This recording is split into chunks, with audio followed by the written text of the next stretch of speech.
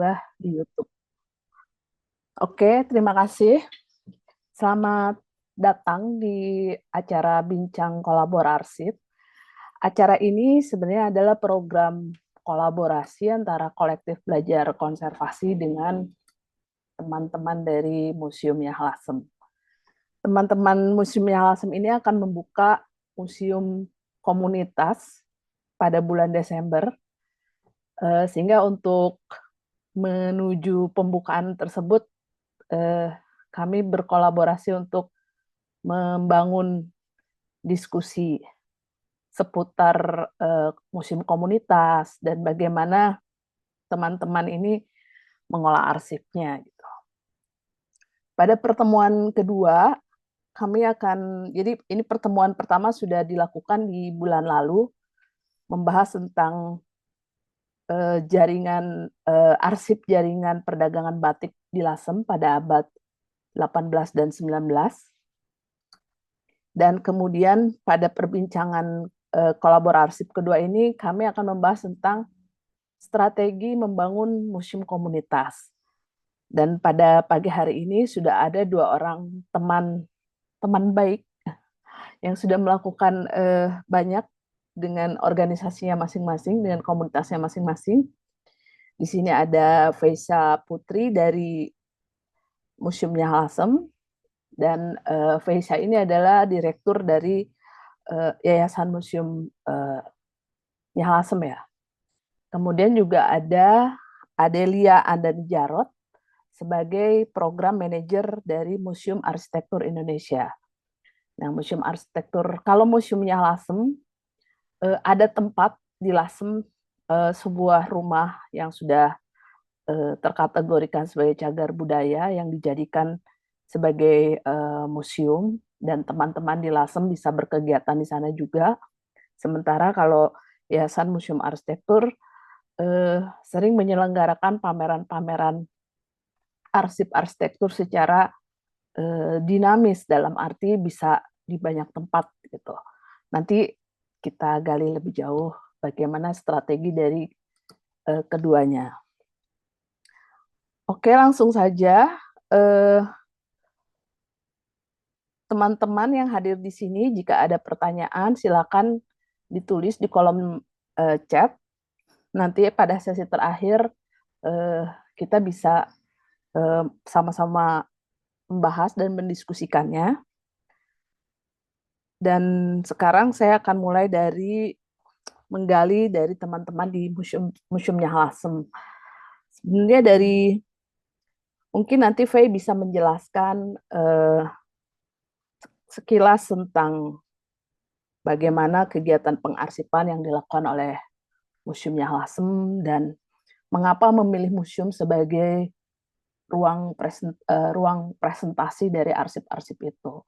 Kemudian bagaimana juga Museumnya Lasem ini mendefinisikan museum, ya, karena di Indonesia ini sebenarnya geliat teman-teman di komunitas ini beberapa tahun terakhir ini lumayan besar ya, kegiatan pengarsipan yang sebenarnya negara punya tanggung jawab untuk melakukannya, tapi juga banyak dilakukan oleh komunitas, dan justru yang lebih bersemangat kelihatannya malah komunitas gitu. Jadi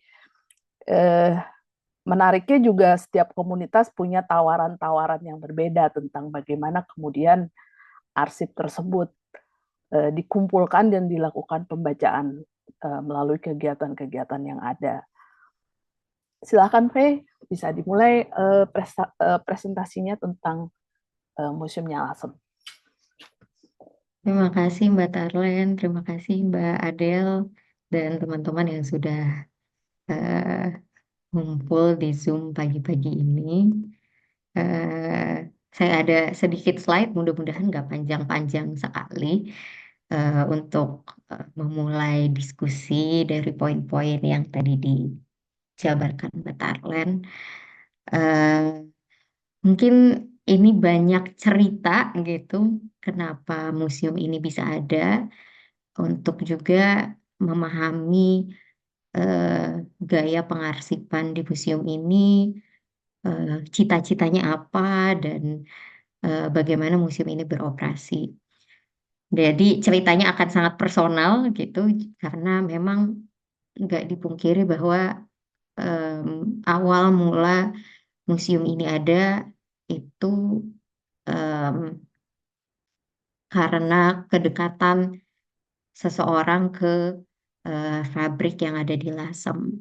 Saya sendiri baru bergabung intens di museum ini di awal tahun, jadi baru sedikit sekali tahu, dan ini juga saya jadi punya alasan nih untuk mengerti lebih dalam apa sih yang diinginkan dari museum ini dan apa yang teman-teman inginkan eh, lewat tools museum. Hmm, cerita museum ini berasal dari salah satu seorang penggiat budaya di Lasem, Filatelis Kawakan, Om Susantyo, dan saya merasa betul-betul apa yang kita miliki saat ini di museum itu handed over dari Om Santio. Dan semua dimulai dari gerakan tangan handing over. Ini adalah cara museum Nyalasam mendapat arsip-arsipnya, mendapat koleksinya, mendapat cerita, dan yang nantinya dijahit menjadi sebuah narasi. Dari satu tangan ini, tangan-tangan lain bermunculan, memberikan kepercayaan untuk kami menjaga memori mereka. Di samping itu juga untuk retelling memori ini menjadi cerita yang bisa dimengerti oleh masyarakat Lasem dan orang-orang yang datang ke Lasem. Sebetulnya semangatnya itu. Tangan-tangan ini juga yang menerima adalah teman-teman relawan dari Nyalasem. Eh, Arsip-arsip yang kami terima biasa kami pilah, kami dokumentasikan, kami simpan sebagaimana kami bisa, dan akhirnya kami mulai baca satu persatu. Jadi pengarsipan yang kami lakukan ini sangat intuitif. Eh, saya nggak mau bilang ngasal gitu, tapi em, sangat robust karena semuanya dimulai dari grassroots dan dari inisiatif teman-teman relawan. Baru-baru ini kami mendapat eh, penyuluhan dari teman-teman relawan lain seperti Mbak Tarlen, bagaimana menyimpan arsip yang baik. Eh, Kami juga mulai membuat eh, plan interpretasi yang lebih holistik, dibantu dengan Kak Inu, dan em, bantuan-bantuan inilah yang kami harap bisa merestrukturisasi kerja-kerja kami sebelumnya yang sangat organik menuju pembukaan di akhir tahun. Pada akhirnya interpretasi-interpretasi ini mulai kecil-kecil pindah tangan ke teman-teman yang menyaksikan arsipnya sudah dalam bentuk eksebisi.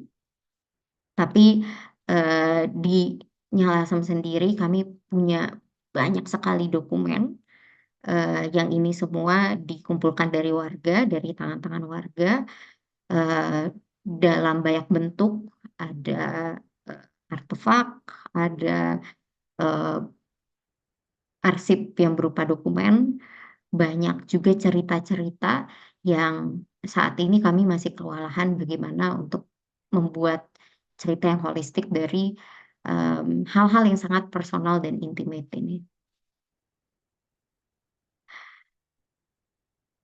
Ceritanya Lasem ini tidak jauh dari eh, narasi yang disampaikan secara oral.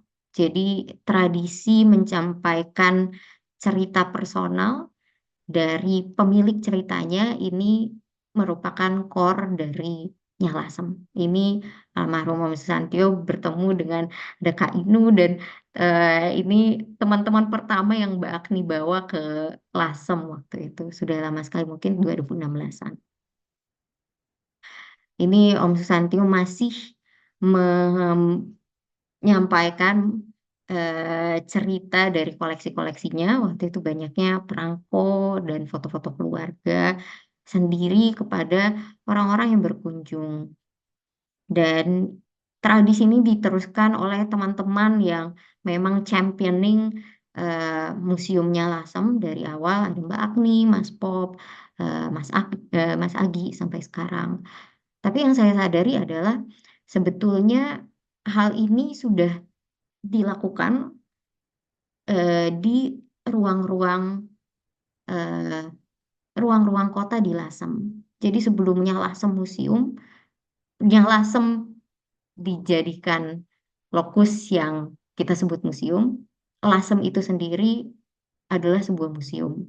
Dan ini adalah teman-teman yang menarasikan ruang-ruang kota di Lasem. Saat saya berpikir narasi apa sih yang biasa disampaikan di ruang-ruang kota Lasem, eh, saya nggak kepikiran ruangnya seperti ini, civic space yang sangat grande, tidak juga ruang-ruang kota yang sangat fabricated. Eh, Mungkin ruang-ruang dengan skala yang lebih mikro, lebih personal, lebih seperti ini, sangat intim, em, bisa dibilang enclosed,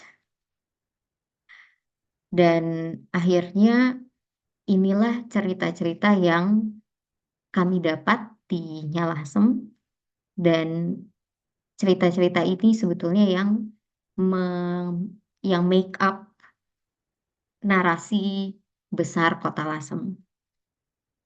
Yang kami harap ini bisa, pintu hijau ini bisa jadi gateway mengenal Lasem secara utuh lewat cerita-cerita kecil di space-space yang domestik.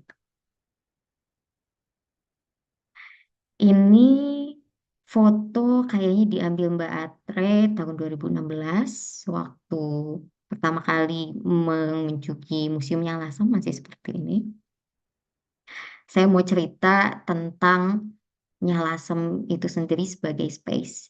Memang saat ini dia sudah berstatus bangunan cagar budaya tingkat kabupaten, tapi yang saya ingin ceritakan adalah em, signifikansi sejarah dia em, sebagai ruang tamu kota.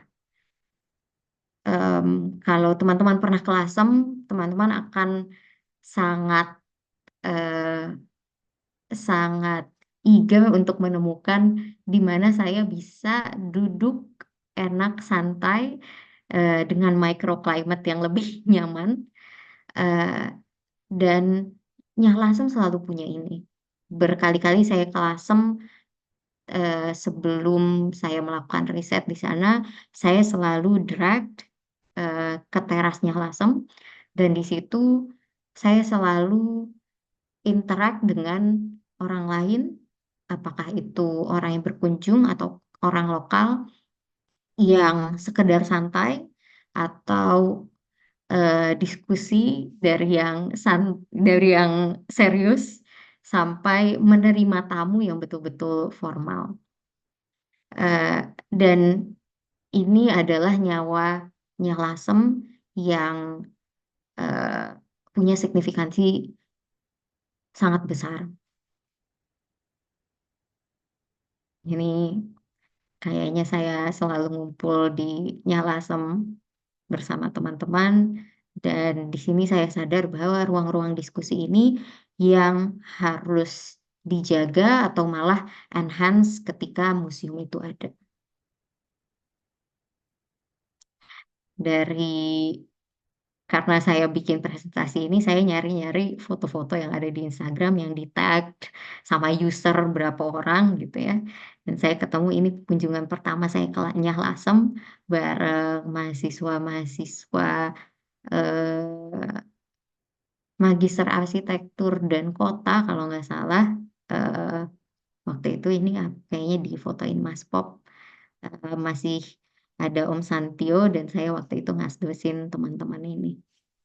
Dan ini kurang lebih museumnya Lasem saat kemarin saya tinggal.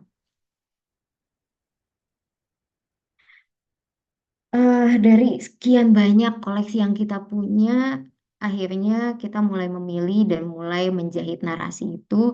Tapi sebelum dibaca ulang, eh, kami mengajak teman-teman relawan periset untuk menentukan positionality mereka di dalam membaca arsip-arsip ini.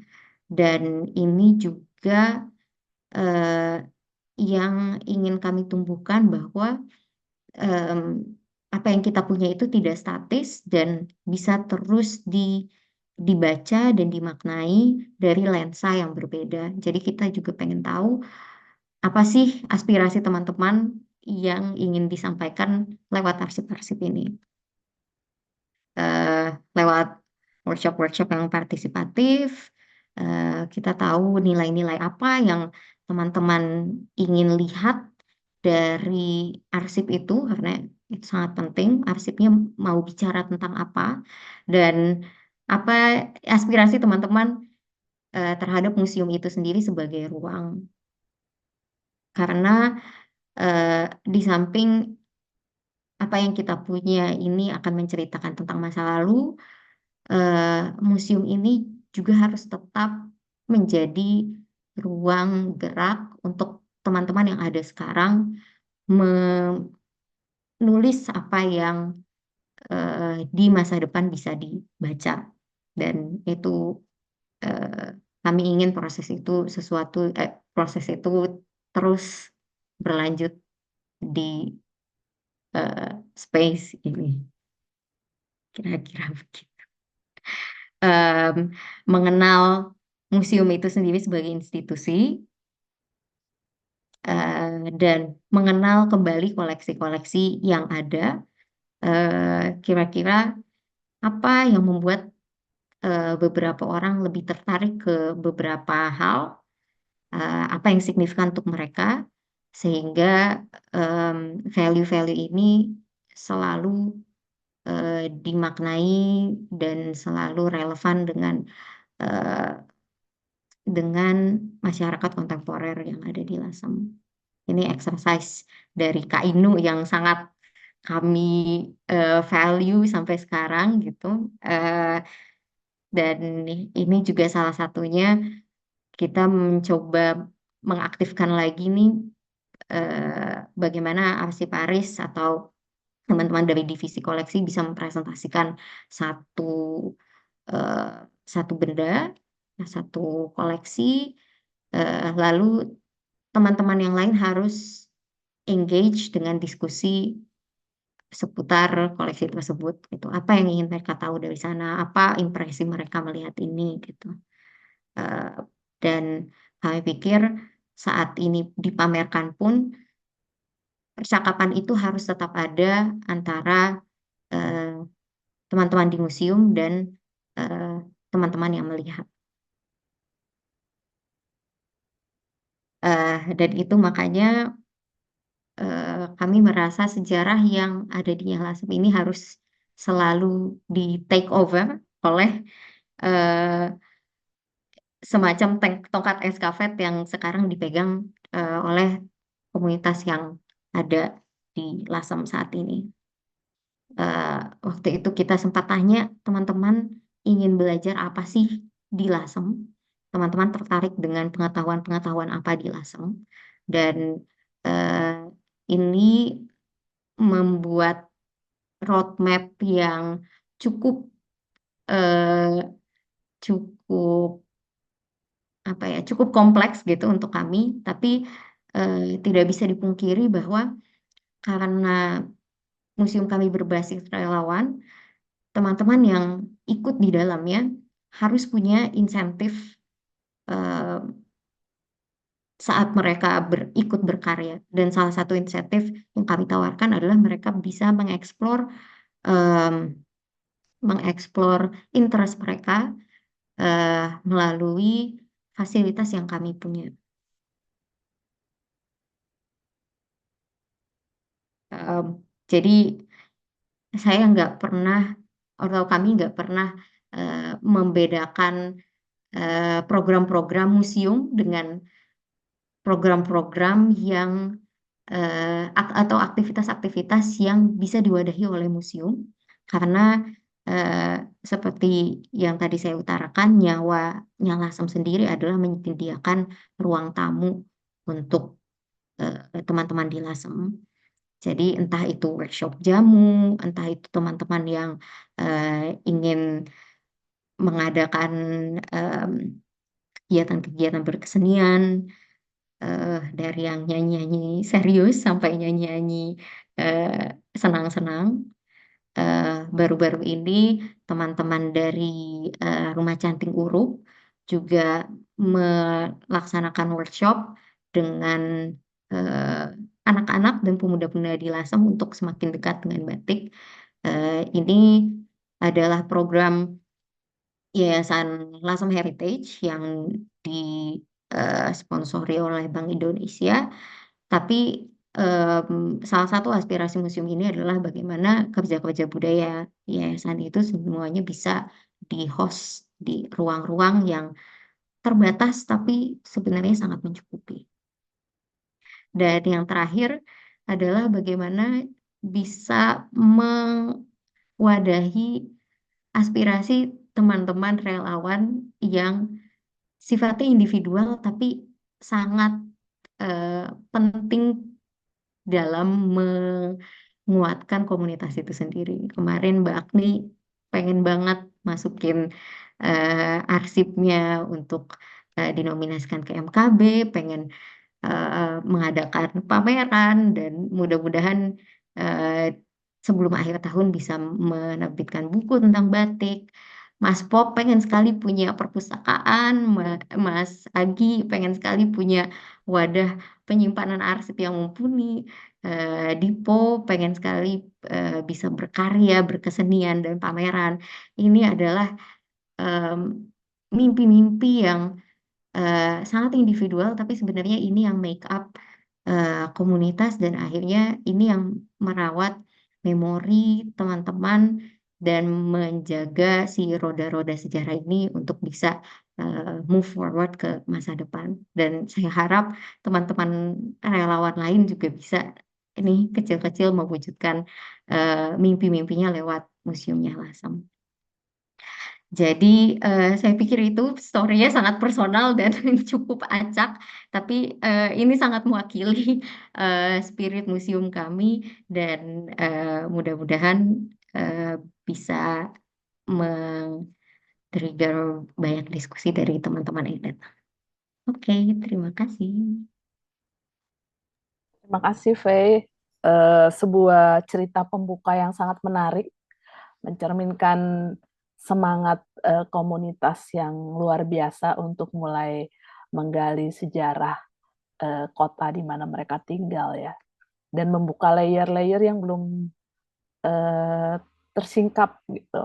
Nanti kita bisa lanjut di forum diskusi. Sekarang saya serahkan kepada eh, Adele untuk menceritakan tentang perjalanan Yayasan Museum Arsitektur, bagaimana mengumpulkan arsipnya, bagaimana kemudian menampilkannya di dalam pameran, dan juga eh, strategi-strategi lain untuk kemudian bisa membuat arsip ini memiliki hubungan dengan publiknya. Silakan Adele.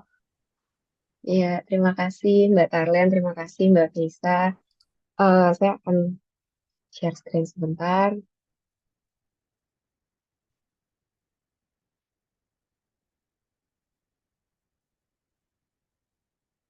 Oke, sudah terlihat ya?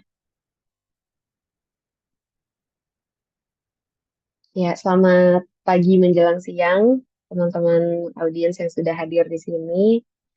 Saya mewakili Museum Arsitektur Indonesia. Perkenalkan, nama saya Adelia yang saat ini sedang berperan sebagai program manager uh, untuk Museum Arsitektur Indonesia. Mungkin saya perlu memperkenalkan sedikit tentang uh, apa Museum Arsitektur Indonesia, siapa pendirinya. Jadi sebetulnya museum ini sudah berdiri atau inisiasinya sudah dimulai sejak 2017, meskipun memang baru dilegalkan menjadi sebuah yayasan di tahun 2019. Tapi sebetulnya pendiri-pendirinya ini sudah main bareng sejak lama. Jadi kita punya 4 pendiri yang sampai hari ini masih sangat dekat terlibat dengan kegiatan kita. Ada Mbak Afianti Arman yang sepertinya hadir juga di sini. Ada Pak Setiadi Sopandi, eh, Mbak Nadia dan Mbak Ria yang sekarang memimpin PDA. Sehingga kalau lihat dari komposisi ini sebetulnya kami ini masih masih bersaudara gitu ya dengan Pusat Dokumentasi Arsitektur adik kecilnya gitu.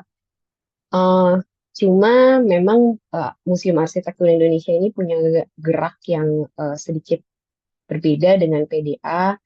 Kami fokus untuk mengumpulkan, mendokumentasikan, mengoleksi, meneliti arsip-arsip yang berkaitan dengan arsitektur Indonesia, khususnya paling tidak sampai saat ini ya, kami masih mengkhususkan di era setelah kemerdekaan sampai praktik-praktik kontemporer.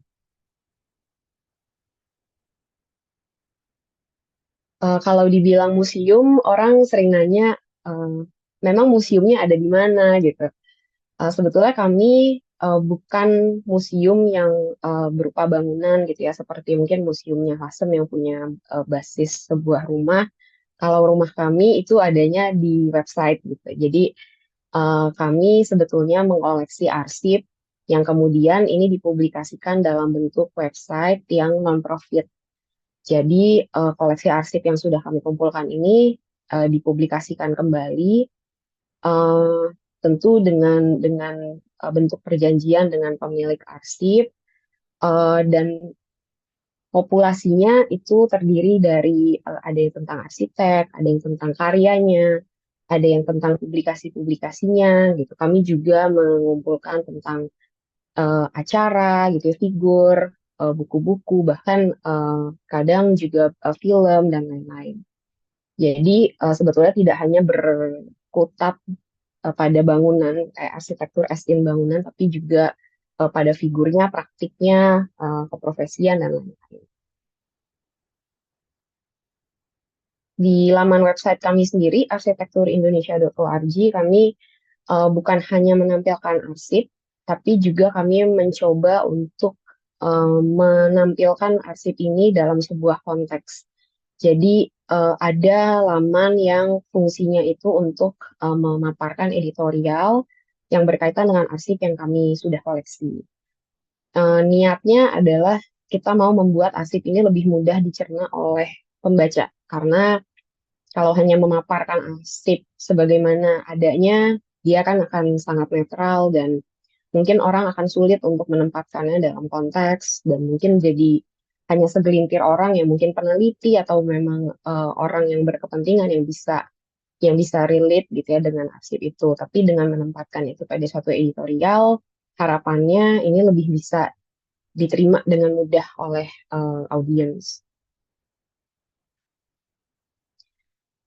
Proses pengarsipannya sendiri sebetulnya kurang lebih mirip dengan apa yang dilakukan olehnya Lasem, cuma mungkin bedanya ini tidak dikumpulkan dari masyarakat gitu ya, arsip-arsip ini, tapi dari keluarga-keluarga arsitek yang bersangkutan.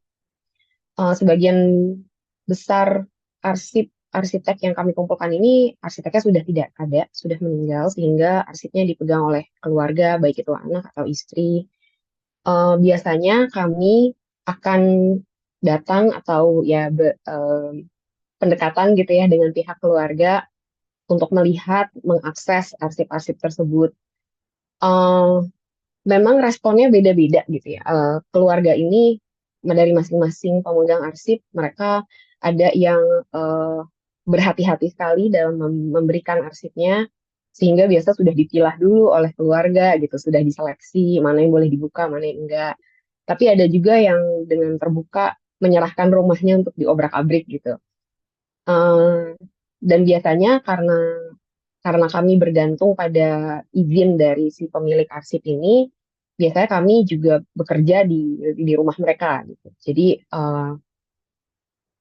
kadang waktunya menyesuaikan dengan waktu yang mereka bisa, ruangannya juga ruangan yang mereka punya. eh, Ya dan ya seringkali kami di jamu gitu ya jadi harus berteman dengan si pemilik arsip ini gitu. Eh, ini ada beberapa langkah yang biasa kami lakukan dalam mengarsipkan, tetapi dari identifikasi, pencatatan, digitalisasi, klasifikasi, sebetulnya saya nggak bisa bilang bahwa ini dilakukan berurutan, karena kasus per kasus itu berbeda. Idealnya kalau kami dapat akses untuk ke suatu rumah atau ke sebuah kantor gitu ya untuk melihat arsip, idealnya kita mempelajari dulu arsip apa sih yang dipunya. Eh, ada gambar kah, ada sketsa kah, ada tulisan kah, mengamati dulu populasinya. Baru kemudian mungkin mulai mulai bergerak gitu ya dari situ. Tapi ada juga kasus di mana waktunya sangat terbatas, tapi arsipnya sangat banyak, sehingga yang kami lakukan, pernah satu kali yang kami lakukan adalah mendigitalisasi dulu semuanya, di-scan, difoto, eh, identifikasi, pencatatan, dan klasifikasinya itu dilakukan di rumah gitu. Karena itu cara yang paling cepat, karena kita berkejaran dengan waktu. Gitu.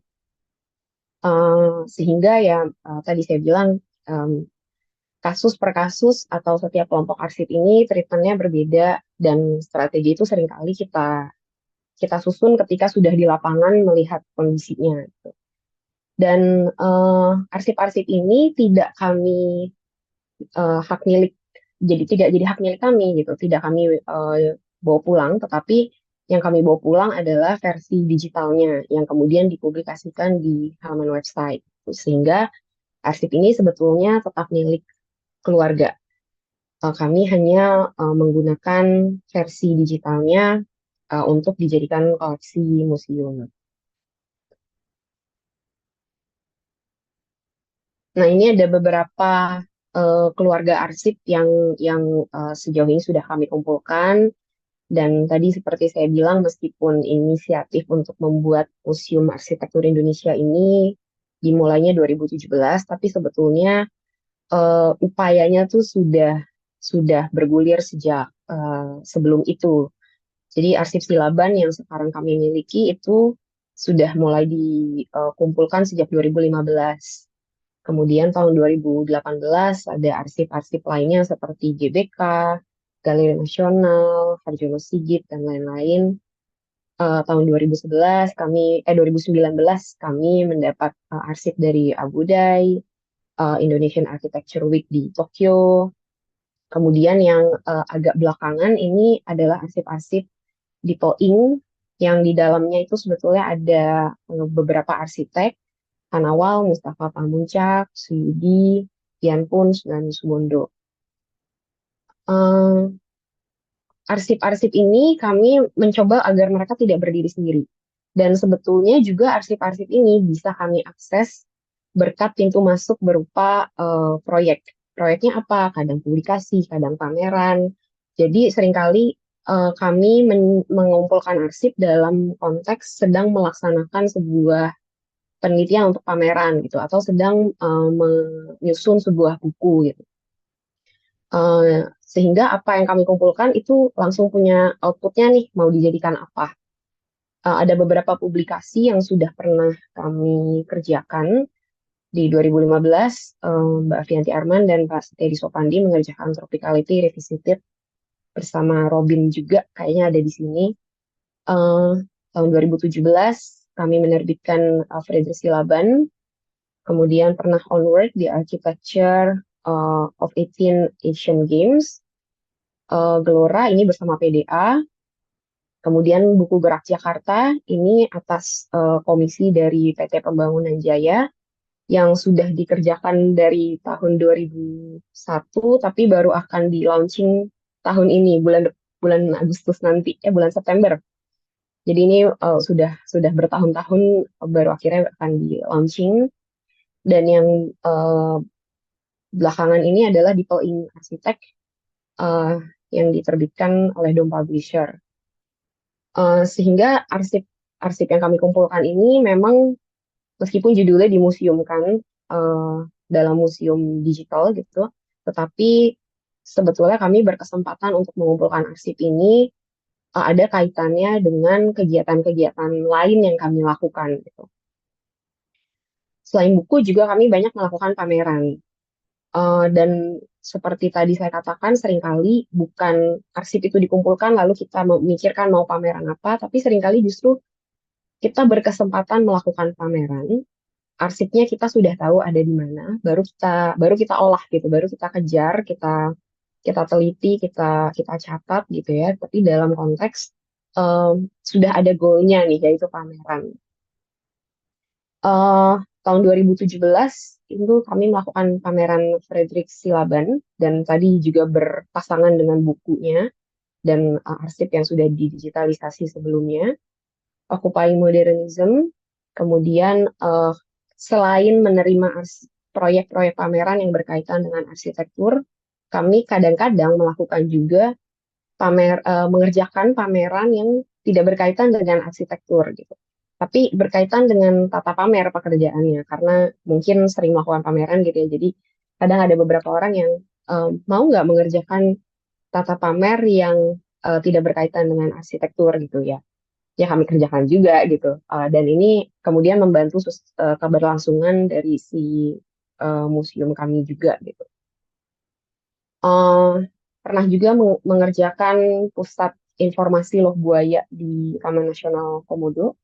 Kemudian ya itu kan tidak berkaitan dengan arsitektur gitu ya. Di tahun yang sama juga kami mengerjakan Deeple Ing Arsitek yang di Taman Ismail Marzuki. Kemudian di 2023 kami mendapat commission dari Dirjen Cipta Karya untuk mengerjakan pameran Suatu Hari yang Baik. Ini masih berkaitan dengan arsitektur dan kota, tapi bukan arsip. Bukan pameran arsip gitu ya. Kemudian pameran Irawati Sudiarso, ini juga bukan figur arsitek, melainkan musisi. Dan yang terakhir ini sudah selesai sebetulnya, sudah selesai kami kerjakan adalah rangkaian workshop dan pameran ini dari Deeple Ing Arsitek. Nanti saya akan cerita lebih jauh tentang kegiatan yang terakhir ini setelah ini. Tapi dari pameran-pameran ini, sebetulnya kami jadi berkesempatan untuk menceritakan apa yang sudah kami koleksi, seperti ada arsip tentang arsitek muda Indonesia, arsip Silaban, tentu dikemas dengan editorialnya sendiri, dan kadang jadi menarik karena figur-figur yang seperti di Deeple Ing gitu ya, itu kan tidak semuanya figur yang namanya sudah banyak didengar publik. Ada figur-figur yang orang baru pernah dengar namanya, ada yang dikenal tapi dalam kelompok kecil gitu ya. Sehingga yang bisa kami lakukan adalah memperkenalkan dari awal orang ini siapa, bagaimana cara dia mendesain, apa istimewanya desainnya dia gitu. Itu bisa dikemas di dalam sebuah pameran, tetapi belum tentu bisa dilakukan di dalam koleksi museum kami gitu. Karena kembali lagi tadi arsip ini sifatnya sangat netral gitu ya. Sehingga yang dalam pameran ini nggak berarti apa yang ada di museum tuh kemudian digelontorkan di pameran, itu belum tentu gitu. Jadi ini dua media yang sangat berbeda.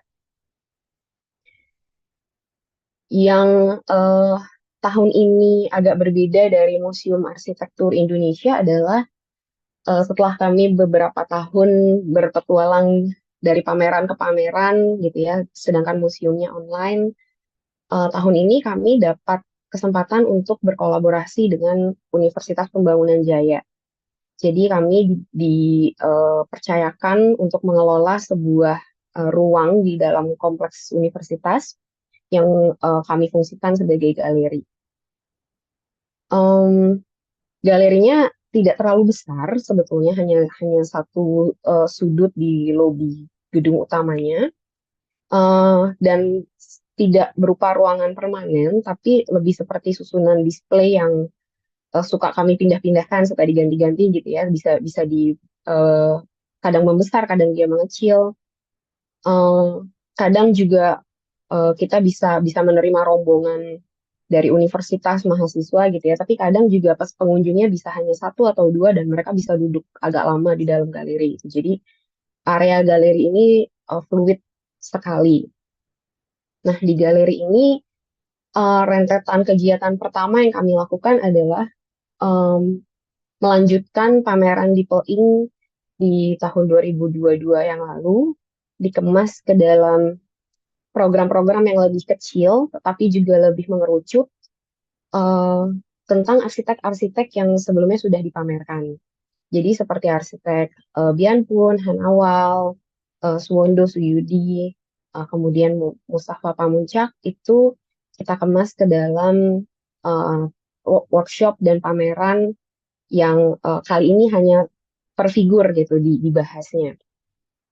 Eh, yang menyenangkan adalah karena galeri ini tidak terlalu formal gitu ya, dan tidak juga crowded seperti pameran, sehingga kami punya kesempatan untuk membuat suasana yang lebih santai gitu dengan menebar kursi gitu ya, dan meja-meja yang sebelumnya sudah pernah dipakai juga di pameran di Peling. eh Galeri ini jadi punya banyak nyawa gitu, punya banyak versi. Kadang bisa dipakai untuk workshop gitu. Kadang kami bisa pakai ini untuk workshop. Jadi dalam workshop di Pel ini tuh banyak sekali yang kami lakukan di dalam galeri. Karena workshop kami juga melibatkan mahasiswa-mahasiswa yang mayoritas dari UPJ, minoritas dari publik. Uh, Pernah suatu kali mahasiswa ini yang kemudian menjadi guide di area galeri gitu. Jadi mereka yang menerangkan pamerannya tentang apa yang mereka kerjakan, apa outputnya, bagaimana proses membuatnya, mereka yang menjadi guide-nya gitu. Eh, Pernah juga suatu kali kami membuat pameran yang dimana arsip itu kami tampilkan dalam bentuk eh, versi reproduksinya sudah di-scan dan di-print ulang. Lalu pengunjung itu boleh meninggalkan catatan, mencoret, menggarisbawahi, mengomentari arsip-arsip yang dipajang di sana gitu. Dan ini ya mungkin dilakukan karena itu tadi galerinya sangat terbuka gitu, kayak siapa aja bisa masuk sebetulnya. Dan tidak terlalu ramai dan tidak terlalu formal sehingga orang bisa berlama-lama di sana untuk membaca, meninggalkan catatan gitu. Lalu selain keberadaan galeri, eh, tahun ini kami juga mendapat kepercayaan dari keluarga arsitek Suwondo Bismo Sutiejo untuk dititipkan arsip peninggalan Pak Wondo. Jadi arsip arsip fisik yang sebelumnya kami tidak pernah pegang gitu ya, hanya kami digitalisasi lalu kami publikasikan. Tahun ini kami diberi kepercayaan untuk memegang arsip fisik ini. Dan ini sebetulnya jadi ranah yang sangat baru buat kami karena kami sangat apa ya, sangat baru gitu. Pengalaman ini benar-benar pengalaman yang baru dan arsipnya cukup cukup banyak. Jadi ini sekarang salah satu PR terbesar kami adalah untuk menangani ini dengan baik gitu ya. Eh, ini ada di foto yang paling kiri ini ada Hedista yang peneliti yang eh, bertanggung jawab waktu itu untuk arsip dari Pak Wondo. Eh, dan waktu itu saya dan Hedista ke rumahnya Pak Wondo untuk membongkar arsip-arsip yang bisa diserahkan kepada kami. Dan lagi-lagi kondisinya seperti itu gitu ya, kondisinya nggak ideal. Jadi harus membongkar dari sekian banyak barang, nggak mungkin semuanya kami bawa. Akhirnya harus memilih dengan cepat gitu mana yang sepertinya bisa kami teliti, mana yang sepertinya tidak berkaitan atau ini terlalu personal gitu ya. Jadi akhirnya itu dibawa dalam kondisi yang campur aduk gitu. Eh, dan baru kemudian kami pilah di setelah kami tiba di kantor ya, setelah kami tiba di kantor baru ini dikelompokkan, ini mau diapain. Eh, tapi dengan adanya arsip fisik ini, kami jadi punya kesempatan lain, yaitu untuk menampilkan atau memperkenalkan audiens mahasiswa, audiens baru kami ini sekarang mahasiswa, ini loh arsip. Eh, Kalian kan calon-calon arsitek gitu ya, Kak. Atau kalian, kalaupun bukan arsitek, kalian pasti akan bekerja, kalian akan menghasilkan arsip gitu. Nah, arsip itu perlu kalian simpan, perlu kalian dokumentasikan gitu. Nah, mereka kemarin dapat kesempatan langsung untuk melihat, memegang, membaca gitu ya. Kemudian mereka mengalih mediakan arsip itu menjadi sesuatu yang lain. Nah, sekarang kondisinya memang arsip-arsip ini kami tampung di kantor. Eh, Kendala terberatnya adalah bagaimana mencegah arsip ini untuk semakin rusak gitu karena usianya, kondisinya nggak terlalu bagus karena disimpan oleh keluarga yang memang didiamkan saja cukup lama. Jadi kami mencegah agar ini tidak kondisinya menurun semakin jauh gitu. Dari hasil eh, olah galeri ini, kemudian kegiatan-kegiatan baru yang kami lakukan di galeri baru kami, kemarin kami sempat membuat beberapa workshop yang berkaitan dengan Deeple Ink dengan media yang lain. Jadi eh, ada workshop yang dari arsip, kemudian pesertanya diminta untuk membuat sebuah kolase gitu, mengartikan arsip ini, atau outputnya bisa berupa sebuah cetak sablon. Dan yang terakhir yang sampai sekarang masih berlangsung itu adalah alih media dari arsip menjadi sebuah tunnel book atau diorama dua dimensi. Eh, seringkali peserta itu kemudian ingin ikut workshopnya bukan untuk mengenal arsip tetapi untuk mengenal media-media ini gitu. Tapi nggak apa-apa, eh, karena mereka jadi bisa jadi apa ya, tertarik dan bersenang-senang gitu. Dan di dalamnya kami berkesempatan untuk memperkenalkan figur-figur arsitek eh, yang sudah kami koleksi arsipnya, juga memperkenalkan ada benda yang namanya arsip gitu. Dan si pesertanya sebagian besar memang mahasiswa arsitektur, eh, yang itu barang baru buat mereka gitu. Sehingga ya dari sini kami juga belajar tentang ternyata audiens ketika kita pameran di Taman Ismail Marzuki atau pameran di Galeri Nasional dengan mahasiswa itu ada gap yang cukup jauh gitu ya, dan kami berharap galeri ini dan apa yang kami lakukan ke depannya itu bisa bisa mendekatkan masyarakat publik dengan arsip gitu. Mungkin sedikit teaser.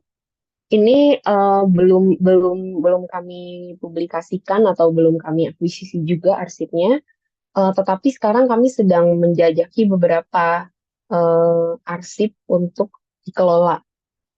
Kemarin beberapa dari kami baru mengunjungi keluarga arsitek Sudarsono yang merancang Monas gitu. Nah, ini kami pun masih dalam tahap penjajakan melihat apa yang mereka miliki dan apa yang bisa bisa kami lakukan dengan arsip-arsip ini. Ya, sekian dari saya kembalikan ke Mbak Karlen. Terima kasih. Oke, terima kasih banyak Adel.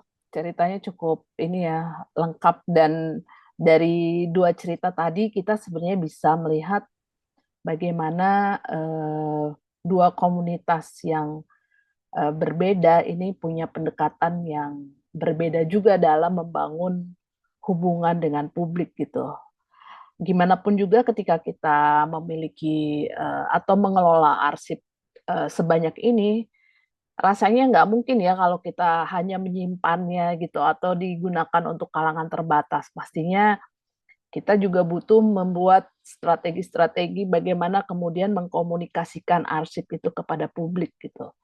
Nah, tadi mungkin sebenarnya sudah disinggung ya oleh Adel dan Faye gitu, bagaimana Yayasan Museum Arsitektur dan juga Museumnya Lasem membuat kegiatan-kegiatan yang membangun hubungan-hubungan dengan publik itu tadi gitu. Tapi yang ingin saya tanyakan di sini sebenarnya apakah strategi itu memang sudah disadari sejak awal atau misalnya itu merespon perkembangan yang ada gitu.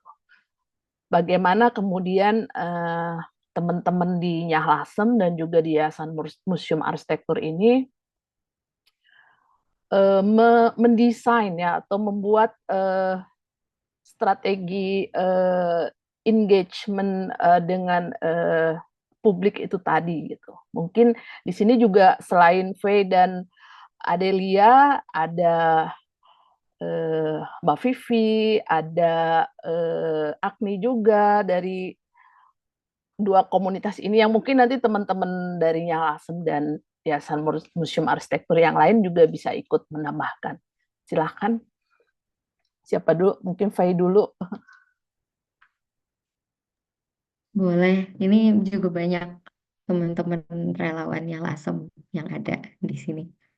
Eh, Kalau dari yang kami pahami bagaimana museum ini berjalan, karena ini masih work in progress, museum ini sangat intuitif gitu, dan eh, sangat intuitif dan sangat responsif, tidak hanya ke kebutuhan masyarakat, tapi sebetulnya ke kebutuhan komunitas yang berkecimpung di museum itu gitu. Karena kami eh, tidak hanya berbasis community, tapi kami berbasis volunteerism. Jadi eh, harus ada insentif ke relawan yang bergerak. Maka bentuk-bentuk responnya juga adalah eh, bentuk yang sangat bottom up gitu. Apa yang teman-teman pengen bikin, apa yang teman-teman ingin kerjakan. Dan biasanya itu pun sesuatu yang karena eh, hampir tidak ada hierarkinya, itu juga yang biasanya masyarakat ingin ingin engage in. Saya sering sekali memetaforkan si museum ini sebagai cabinet of curiosity gitu, karena yang ada di museum itu adalah cerminan apa yang orang-orang Lasem dan teman-teman komunitas yang berkecimpung di museum ingin tahu tentang dirinya sendiri, tentang Lasem. Jadi respon-respon eh, interpretasinya juga sangat intuitif, sangat mencerminkan apa yang saat itu teman-teman ingin tahu, yang bisa berubah nantinya gitu. Jadi sampai sekarang sih strateginya sangat organik. Kita mencoba membuat ini lebih terstruktur, tapi bagaimana juga tidak menghilangkan spirit yang sangat robustly bottom up ini. Gitu. Berarti masih apa ya? Strateginya adalah mengikuti apa ya? Mengikuti intuisi komunitas ya. Betul. Dan mengikuti kemampuannya juga, Ya, yang betul, biasanya nanti betul, betul. melimit dan Ya, memprioritaskan gitu. berarti lebih ke strategi itu tumbuh secara organik sesuai dengan situasi dan kondisi yang ada ya. Betul, betul Oke. sekali. Bagaimana dengan Yayasan Museum Arsitektur? Ya, jadi eh, sebetulnya kami nggak jauh beda, tapi dalam versi yang berbeda. Eh, Kami pun eh, sampai saat ini masih bergerak dalam program-program jangka pendek. Jadi program jangka panjang itu eh, apa ya, sesuatu yang mungkin kita belum belum punya peta yang terlalu jauh ke depan, gitu. Eh, untuk mengkomunikasikan arsip ini, tadi saya sebenarnya sudah sempat singgung, kami banyak memanfaatkan proyek-proyek yang masuk seperti ada commission untuk membuat pameran atau untuk membuat buku atau ada dari sebuah pameran kemudian muncul kesempatan untuk membuat buku gitu. Itu yang kami samber gitu. Jadi eh, seringkali satu proyek menuntun ke program yang lain gitu. Satu kegiatan kemudian mempertemukan kami dengan satu pihak, kemudian di situ kami dapat kesempatan untuk melakukan hal lain. Nah, itu yang kami selalu selalu coba kejar. Eh, jadi memang pada akhirnya kami berharap dari kegiatan seperti pameran atau buku atau publikasi yang kami buat, pada akhirnya muaranya adalah mengantarkan orang kepada arsip itu sendiri. Tetapi itu kan idealnya gitu ya. In the meantime, yang kami lakukan ya kami mencoba untuk menyampaikan ini ke publik dalam bentuk-bentuk yang ramah audiens.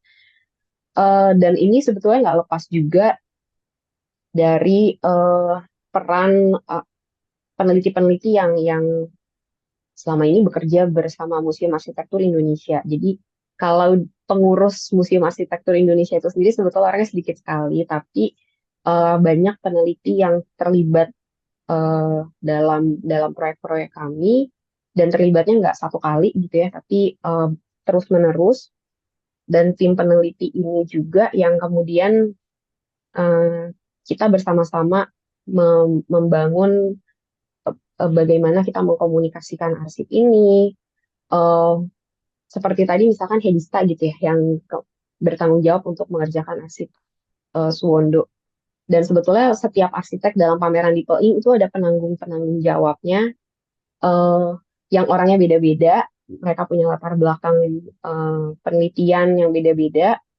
Tapi kemudian ketika kita duduk dalam satu pameran di Peing misalkan ya, kita bekerja sama untuk menjadikan ini satu narasi yang nyambung gitu ya, yang komprehensif.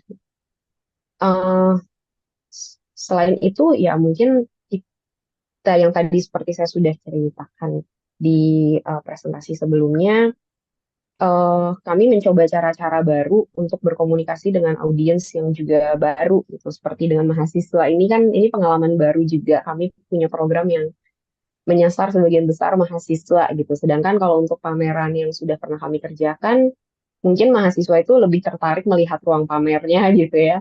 Eh, oh ini di Kopi Manyar gitu. Oh ini di Taman Ismail Marzuki gitu. Mereka mungkin lebih lebih tertarik dengan itunya. eh, Arsipnya sendiri mungkin mereka belum belum ngerti untuk apa atau ceritanya gimana atau konteks sejarahnya seperti apa gitu.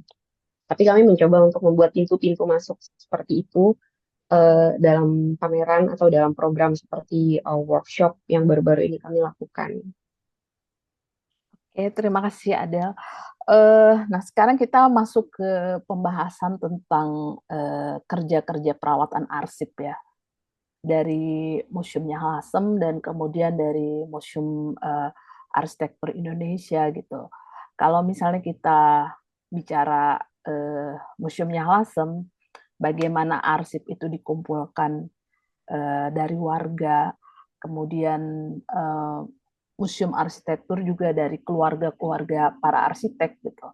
Bagaimana kalian bisa meyakinkan para pemilik arsip untuk apa ya, mempercayakan arsip mereka dikelola oleh teman-teman gitu. Itu kan juga mungkin ada hal-hal yang sifatnya personal atau misalnya keluarga, rahasia keluarga gitu ya, atau catatan yang terlalu private untuk kemudian itu bisa di share gitu. Bagaimana kemudian teman-teman bisa punya pertama bisa punya cara untuk meyakinkan orang-orang yang memiliki arsip itu, dan kedua juga bagaimana mekanisme untuk menseleksi mana yang kemudian bisa dikonsumsi oleh publik dan mana yang tidak bisa gitu. Mungkin Adel dulu, silakan. Baik, bagaimana cara meyakinkannya?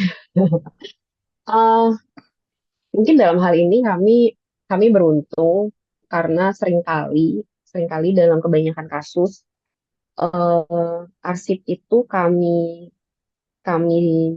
dapatkan atau kami mengejar sebuah arsip itu ada konteks keperluan untuk sebuah penelitian atau sebuah program pameran atau publikasi. Sehingga ketika kami datang ke pihak keluarga, itu kami sudah punya roadmap yang jelas. Kami butuh arsip ini untuk apa? Eh, nah, mungkin itu mempermudah gitu ya untuk si keluarga ini memahami goalnya apa. Karena kalau misalkan kita bilang, ya ini mau dikoleksi gitu kan, mungkin mungkin untuk keluarga yang tidak familiar dengan kegiatan ini, mereka akan berat hati gitu ya, untuk apa sih gitu. Tapi ketika ada kegiatan yang jelas atau ada output yang jelas, ini sebenarnya mempermudah kami untuk menjelaskan kenapa arsip ini dibutuhkan. Eh, dan yang kedua, ini pendapat saya pribadi sih, dan ini mungkin nggak lepas juga dari para para founders dan peneliti kami yang entah gimana cukup handal dalam dalam merayu keluarga-keluarga ini gitu ya. Di sini ada Mbak Vivi, eh, ya beliau-beliau ini sepertinya cukup cukup cukup tahu apa yang harus dibicarakan dengan pihak keluarga itu, sehingga seringkali ketika peneliti itu masuk ke dalam suatu proses, ya mereka memang pintunya sudah dibukakan dan udah tinggal bekerja aja gitu. Jadi memang itu nggak lepas dari pendekatan-pendekatan ke pihak keluarga untuk eh, meyakinkan bahwa kami akan menjaga arsip ini dengan baik. Dan memang seringkali keluarga punya pesan-pesan seperti kalau ketemu ini jangan dipublikasikan ya gitu. Kalau ketemu ini jangan di scan ya gitu. Eh, Iya, dan kami harus patuh kalau itu memang sudah permintaan keluarga, apa yang boleh dan apa yang nggak boleh, misalkan yang bersifat sangat pribadi gitu, atau yang berkaitan dengan keluarga, bukan berkaitan dengan pekerjaan, ya kami harus patuh terhadap permintaan seperti itu. Mbak Vivi mau menambahkan nih sebagai pendiri yang punya keahlian merayu keluarga nih tadi.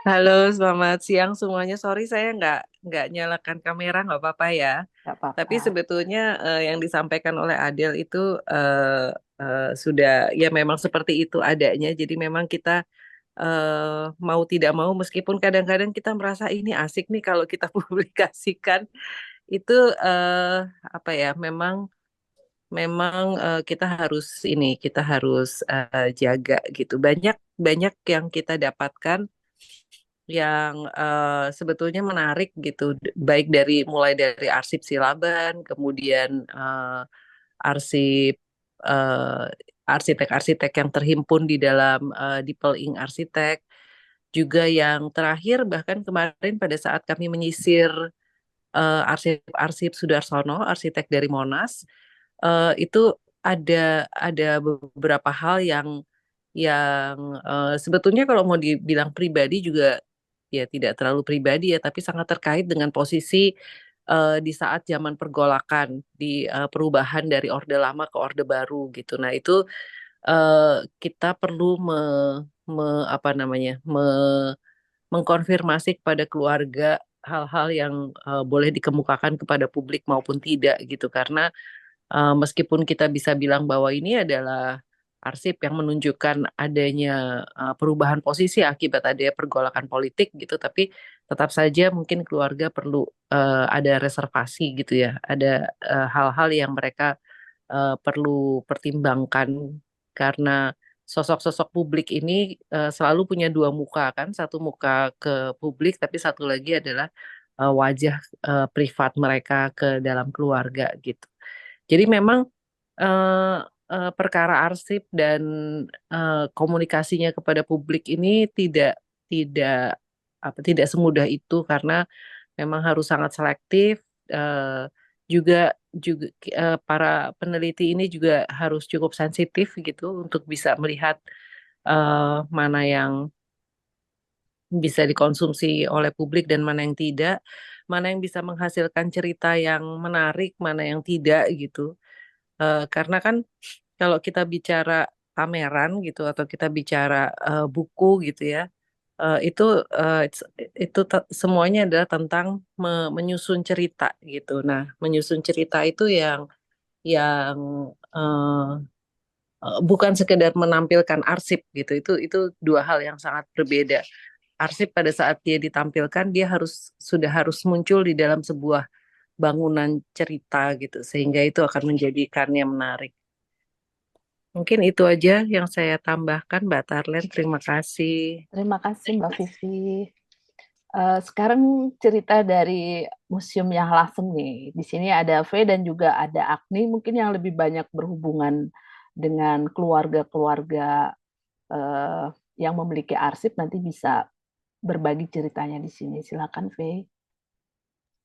Ya, mungkin Mbak Agni dan Mas Pop nih bisa jawab, atau Mas Agi ada di sini. Ya, memang arsiparis yang langsung berhubungan langsung dengan keluarga. Tapi sepanjang yang saya tahu, arsip-arsip ini dikumpulkan itu sukarela dari pihak keluarga, dan itu berdasarkan betul-betul kepercayaan ke individual-individual yang be- bergiat di Nyahlasem. Jadi misalnya arsip-arsip yang kemarin mendapat Memori Kolektif Bangsa itu diserahkan dari keluarganya Om Santio ke Mbak Agni sebagai seorang individu, bukan Nyahlasem. Ada juga arsip-arsip yang dimiliki Mas Pop yang akhirnya dikelola oleh Museum Nyahlasem.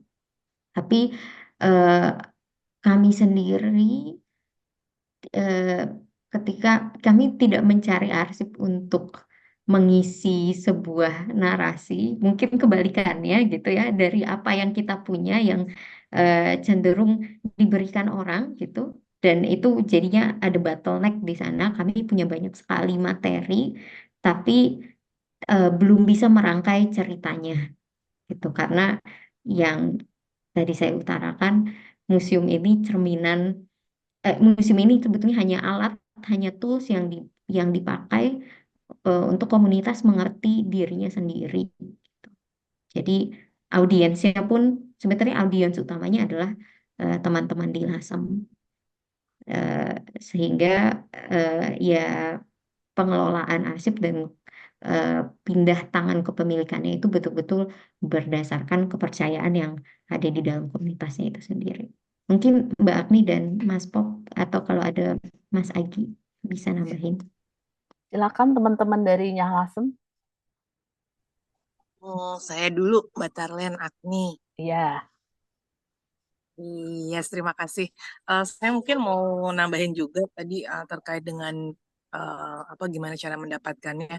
Memang kebetulan karena saya meriset tentang pecinan lasem sudah ini ya lumayan intensif lah dari 2015 sehingga kadang beberapa pertanyaan-pertanyaan saya itu pasti saya akan coba cari buktinya gitu misalnya sama seperti misalnya ketika Museum Arsitektur akan mengadakan kegiatan pameran dan mencari gitu ya sosok-sosoknya.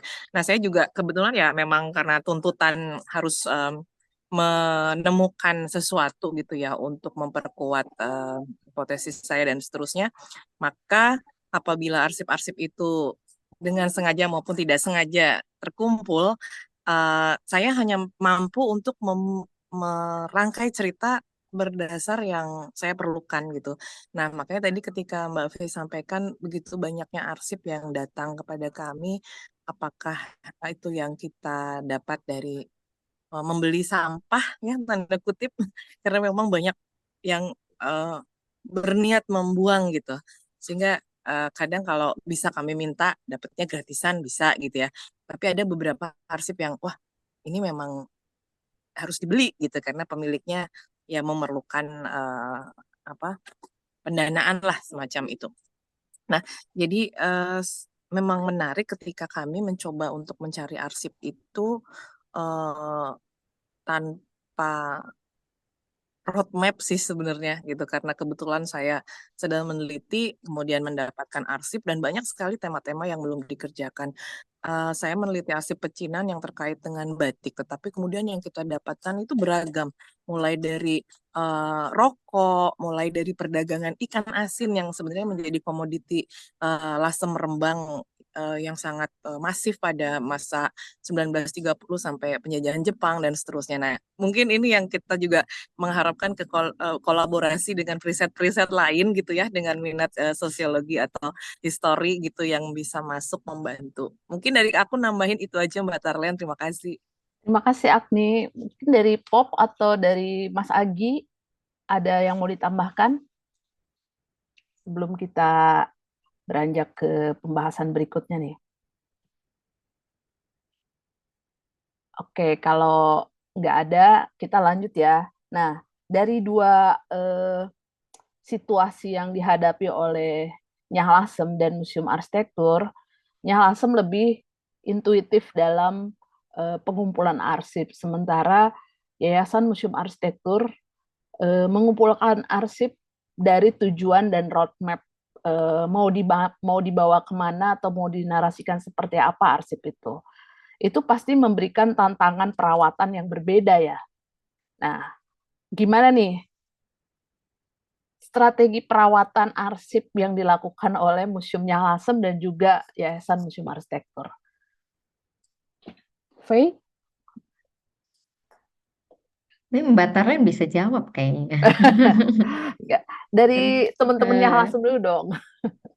ya, ya karena kondisi tadi ya, arsip-arsip yang dikumpulkan itu em, kita belum tahu value-nya apa, em, kecuali memang ada peneliti, kebetulan in-house peneliti mungkin yang yang aktif Mbak Agni dan Chandrika gitu, baru 2 orang dengan masing-masing sudah punya spesialisasinya sendiri, punya interestnya masing-masing.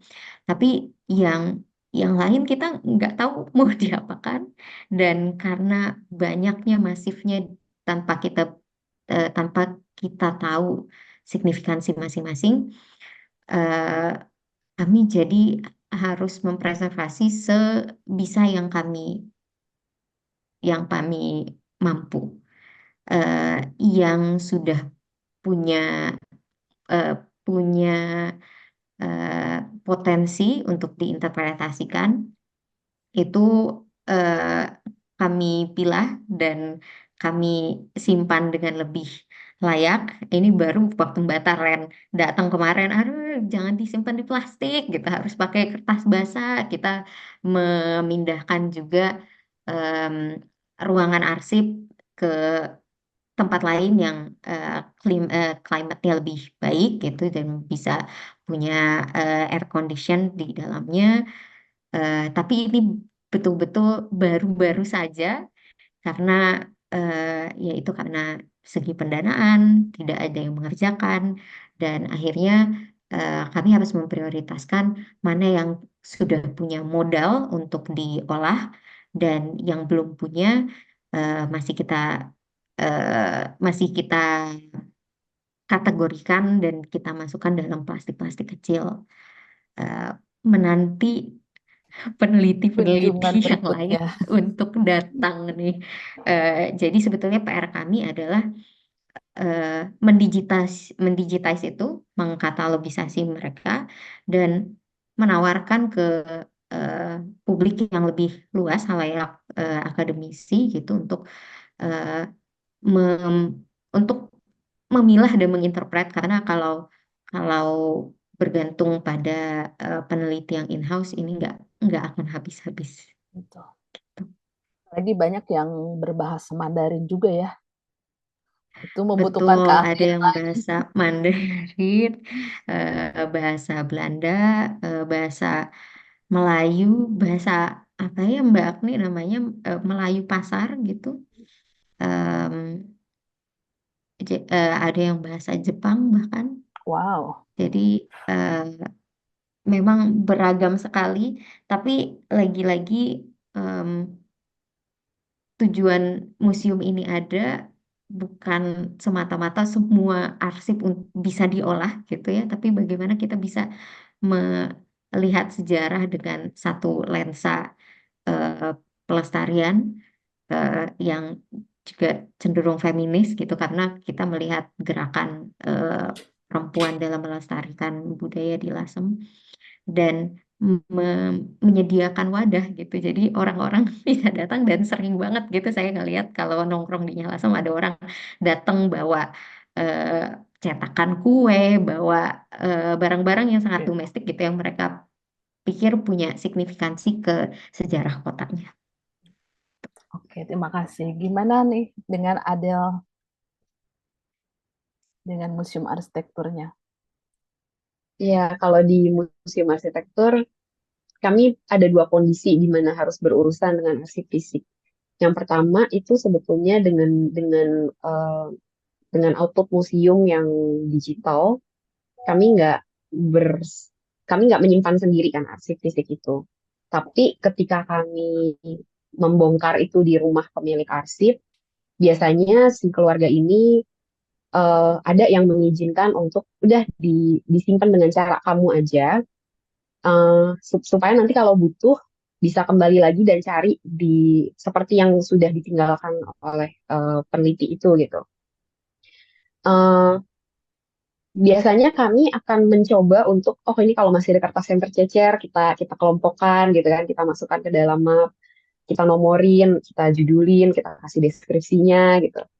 Eh, Lalu kita simpan di dalam kontainer-kontainer yang sudah dinomori juga masing-masing gitu ya. Cita-citanya supaya kalau kita suatu hari butuh lagi, kita mau mencari lagi arsipnya, kita bisa kembali ke rumah itu tanpa ngerepotin pemilik rumah untuk bongkar-bongkar lagi, kita bisa kembali ke kontainer dan folder-folder yang sudah kita siapkan itu tadi sistem penomoran dan pengkatalogannya. Eh, Realitanya kadang ketika kita sudah meninggalkan satu arsip gitu ya, memang si pemilik rumah ini kan dia menyimpan sebatas menyimpan aja. Jadi memang seringkali itu disimpan di gudang, kadang dicampur dengan yang lain, kadang karena kita bongkar-bongkar mereka jadi ikut nostalgia, terus pas kita pulang mereka bongkar lagi gitu, terus ditukar-tukar barangnya gitu, itu sering banget terjadi gitu. Jadi biasanya kami menomori setiap arsip itu dengan cukup ketat gitu ya, bahkan kalau dia memang lembaran yang tercecer ya ya kami nomori lembarnya gitu, tentu dengan ada pelindungnya dan lain-lain sehingga nggak menempel langsung di arsip gitu. Dan memang salah satu kekurangan bentuk museum digital adalah karena kami tidak menyimpan sendiri arsip itu, kami juga nggak tahu berapa tahun dari sekarang kondisi arsipnya kayak gimana gitu. Itu agak gambling. Bisa jadi ketika kami kembali ke sana, kondisi arsipnya udah semakin buruk atau bahkan mungkin hilang gitu ya. Itu mungkin banget terjadi. Nah, yang baru-baru ini kami lakukan karena dengan arsip Suwondo yang sudah diserahkan fisiknya kepada Museum Arsitektur Indonesia, sebetulnya sama kemarin juga kami memanggil Mbak Tarwen untuk ngobrol gitu ya, ini apa sih yang bisa kami lakukan dengan resource yang masih terbatas karena kami sendiri baru baru mulai punya ruang penyimpanan itu baru baru beberapa bulan terakhir ini dengan fasilitas yang masih terbatas sekali, jadi ya sebatas uh, emergency ini aja sih respons aja gitu. Kami masih menyimpan itu di dalam apa penyimpanan tertutup, dijaga supaya nggak terlalu lembab, ruangannya juga ber-AC gitu. Eh, Sementara ini yang masih bisa kami lakukan masih masih sangat sederhana dan sangat terbatas gitu. Yang harapannya mungkin kalau kami nanti bisa bisa lebih advance dalam eh, menyimpan dan merawat arsip ini, baru kami berani untuk memperluas koleksi arsip fisik gitu. Karena sementara ini arsip Suwondo sendiri kami masih kelimpungan untuk memilah itu satu persatu gitu ya, untuk menata dan merawat itu dengan proper. Oke, terima kasih. Karena tadi nama saya disebut-sebut, oke, saya mau cerita sedikit ya tentang pengalaman bekerja bersama teman-teman di Nyalasem dan juga Museum Arsitektur. memang pekerjaan merawat arsip fisik itu tidak mudah ya.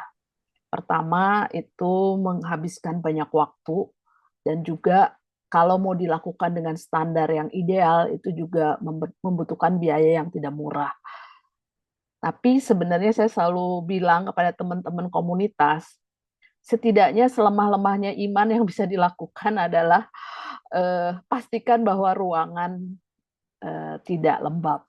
Kalau bisa beli termometer kelembapan, itu lebih baik. Pastikan itu tidak, kelembapannya tidak lebih dari 55%. Setidaknya itu, karena memang tantangan terbesar kerja pengarsipan, perawatan arsip di daerah tropis itu adalah cuaca, suhu ya. Itu memang, dan kelembapan daerah tropis itu sangat jahat terhadap material kertas gitu. Sebenarnya nanti lebih jauh akan ada workshop di program kolektif konservasi berikutnya. Dalam 2 bulan ke depan kami akan menyiapkan klinik perawatan arsip bersama teman-teman anggota kolektif yang juga punya pengalaman dan pengetahuan dalam merawat arsip. Kami sedang menyusun programnya, nanti teman-teman bisa mengikutinya untuk lebih jauh mendapatkan pengetahuan teknis apa yang harus dilakukan gitu. Nah, kembali lagi ke perbincangan kolaborasi ini juga tadi ada di kolom chat yang menanyakan bagaimana sih sebenarnya teman-teman kemudian membangun sumber daya manusia yang bisa membantu kerja perawatan ini. Karena kalau dari pengalaman kerja perawatan arsip itu bukan pekerjaan yang bisa hit and run ya, dalam arti satu kali datang terus udah pergi, nggak diterusin. Sementara nih teman-teman di Nyah Lasem dan di Yayasan Museum Arsitektur ini kan punya 2 pendekatan yang berbeda. Nyah Lasem mungkin punya tantangan yang lebih besar karena sumber daya manusianya berbasis sukarelawan. Sementara di Museum Arsitektur mungkin lebih ada komitmen yang mengikat gitu. Bagaimana nih? Siapa dulu? Faye mungkin? Iya, ini ini memang tantangan paling besar nih. Mungkin Mbak Akti juga bisa nambahin karena bergelutnya udah belasan tahun dan masalahnya masih sama gitu. Eh, dan kami nggak melihat bahwa memberikan insentif finansial itu eh, akan akan mengubah eh, akan mengubah eh, kami nggak melihat itu akan mengubah etos komunitasnya. Jadi yang kami tawarkan justru adalah eh, insentif yang sifatnya lebih intangible, wadah untuk berkarya, maka itu strategi-strategi yang kami bangun adalah menanyakan apa sih yang eh, warga atau komunitas ingin lihat, apa sih yang ingin mereka bangun, aktualisasi diri apa yang bisa mereka wujudkan lewat tools museum ini. Eh, Namun gak hanya itu, kami juga mendorong bagaimana aktualisasi yang individu ini bisa tetap senyawa dengan spirit museumnya, tapi juga bisa memberikan mereka eh, keuntungan finansial yang membayar eh, modal tenaga dan waktu yang mereka spend gitu. Meskipun itu em, bukan sprint gitu, itu betul-betul jalan pelan-pelan sampai akhirnya bisa berbuah ke sana.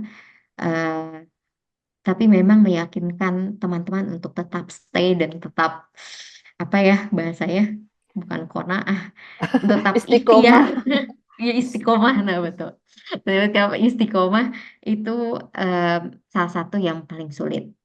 Tapi kami harapnya dengan insentif-insentif kecil yang intangible ini teman-teman tetap mau, dan pada akhirnya terbukti kok teman-teman yang belasan tahun bareng ini, bareng Mbak Agni, Mas Pop, Mas Agi, eh, apalagi dengan komunitas yang sangat tight knit, pasti selalu ada friksi-friksi. Saat mereka disengage, mereka selalu kembali karena wadah ini belum belum ada di tempat lain di Lasem. Jadi eh, mereka selalu kembali, dan kami selalu dengan open arms menyambut, ayo kita bikin apa lagi gitu. Gitu. Eh, Kira-kira. Berarti memang dalam mengelola sukarelawan ini harus ada satu dua orang yang jadi apa ya? Jadi penjaga gawang gitu ya. Penjaga gawang semacam itu gimana Mbak Agni, dan harus berkompromi dengan hati yang lapang, karena kerja komunitas itu caretaking keluarga. Ya, Eh, ini radikal caretaking sekali, ya, harus punya hati yang sangat lapang. Itu mungkin betul. Mbak Agni, Dan Mas Pop bisa ya, cerita, Agni karena mungkin bisa sharing nanti ya habis ini. Ya, eh, ya itu karena nature kerjanya seperti itu. betul. Gimana Agni pengalamannya? Eh, Mungkin cukup yang diceritain sama Faye, dan tantangannya ya bagaimana nafas itu bisa terjaga sih. Banyak cara udah kita buat gitu ya. Eh, Beragam cara lah, tetapi setidaknya kami sangat memuliakan para relawan, baik yang dari warga, teman-teman LASEM, atau teman-teman akademisi. Ya, mereka bergiat dengan meluangkan waktu juga ya, dan resource mereka. Insya Allah deh gitu, kita tetap semangat gitu kan, walaupun datang dan pergi. Saya percaya melihat pola yang berlangsung hampir 10 tahun dan 11 tahun yang belakangan, selalu akan ada teman-teman nafas baru gitu ya, yang bergiat dan turut serta merawat arsip gitu, tidak hanya merisetnya. Ya, termasuk Mbak Tarlen hadir itu menurut saya berkah aja buat kami gitu ya, di saat kami discredit gimana nih caranya menyimpan arsip, eh, statis, kertas, surat, foto, macam-macam bentuk ya, beragam bahasa gitu. Terus kemampuan kami juga terbatas. Tapi ternyata ada solusi di mana peralatan yang terbatas itu juga bisa digunakan. Gitu. Nah, perlahan kami eh, sangat pengen banget nih gitu belajar terus, melanjutkan kelas kolaborasi belajar konservasi ini, kolektif belajar konservasi, buat mendapatkan pengetahuan yang lebih baik lagi untuk kami gitu yang bisa merawat arsip gitu Mbak Tati. Terima kasih Agni. Bagaimana dengan Museum Arsitektur nih tentang sumber daya para perawat? Ya, iya memang kalau kalau di Museum Arsitektur kami punya beberapa peneliti, sebenarnya termasuk saya sendiri sih, beberapa peneliti yang langganan gitu, yang memang sudah sering bekerja dengan kami, dan biasanya mereka bekerja itu dalam konteks suatu penugasan. Jadi ketika ada proyek atau program yang akan dijalankan, kita menugaskan satu, dua, atau beberapa, bahkan waktu di Peling itu belasan peneliti eh, dengan working hours dan pembayaran yang sudah tercantum gitu ya. Jadi apa untuk hal-hal seperti itu kami cukup cukup inilah cukup terdata gitu. Eh, tapi memang sebagian besar, bahkan mungkin semua peneliti yang bekerja dengan kami ini orang-orang yang sebetulnya punya pekerjaan lain di luar Museum Arsitektur Indonesia. Jadi bahkan saya sendiri gitu ya, pasti punya paling nggak dua kaki gitu. Ada yang kakinya banyak di mana-mana gitu ya. Eh, Makanya sebetulnya mereka masih mau kembali dan menjalankan penugasan ini. Itu sebetulnya cukup cukup mereka cukup berbaik hati gitu untuk mau melakukan itu. Bahkan ada beberapa teman di sini kayak ada Angelin Basuki, ada Hedista, ada Robin. Ini masing-masing kan punya kesibukan di luar ya. Bahkan ada yang sebetulnya kerja kantoran gitu, punya office hour, tapi masih mau menyelipkan sedikit waktunya, nggak sedikit sih banyak, untuk menjalankan penelitian-penelitian atau proyek-proyek di Museum Arsitektur gitu. Kalau kenapa mau melakukan itu, mungkin mungkin yang bersangkutan bisa cerita ya, kayak kenapa kenapa mau udah kerja, punya office hour gitu, tapi masih mau kembali melakukan penelitian di sini. Silahkan teman-teman dari Museum Arsitektur biar teman-teman yang lain juga bisa dapat inspirasinya nih. Kenji atau Hedista mungkin Tata. Aku jawabin deh. Eh, apa ya? Mungkin pertama emang emang ada ketertarikan dari personal sih. Jadi senang belajar, terus senang ngulik. Dan ini kan menggali, mencari tahu, memperkaya ilmu sejarah arsitektur kita sendiri kan di Indonesia. Terus em, kedua ya kebetulan kegiatan-kegiatannya Museum Arsitektur Indonesia cocok lah sama sama yang pengen pengen saya cari secara personal. Terus lumayan diganti ongkosnya. Jadi ini kayak hobi tapi sambil dia dijalankan secara profesional terus juga eh, ya itu yang kata Adel tadi tetap didata secara profesional. Jadi kita juga eh, bukan yang eh, apa ngerjainnya tuh eh, iseng-iseng terus tapi kalau kalau nggak ada waktu lagi nanti eh, kabur atau gimana tapi lebih yang ya udah kita sama-sama cari nih kalau misal available lagi waktu waktu tertentu ya kita diskusiin tapi tetap punya common goals-nya jelas gitu untuk jangka pendek sesuai penugasan untuk jangka panjang kita juga punya visi bersama bahwa ya nantinya eh, Museum Arsitektur Indonesia jadi database arsip dan mudah-mudahan nanti fisiknya juga makin solid gitu. Gitu Ya, sih. terima kasih Angelin. Nah, kalau tadi kita bicara tentang mengelola sumber daya manusianya nih ya, pasti teman-teman yang hadir di sini juga bertanya-tanya bagaimana dengan sumber daya yang lain yang mendukung keberlangsungan museum ini gitu. Apakah itu sumber daya finansial?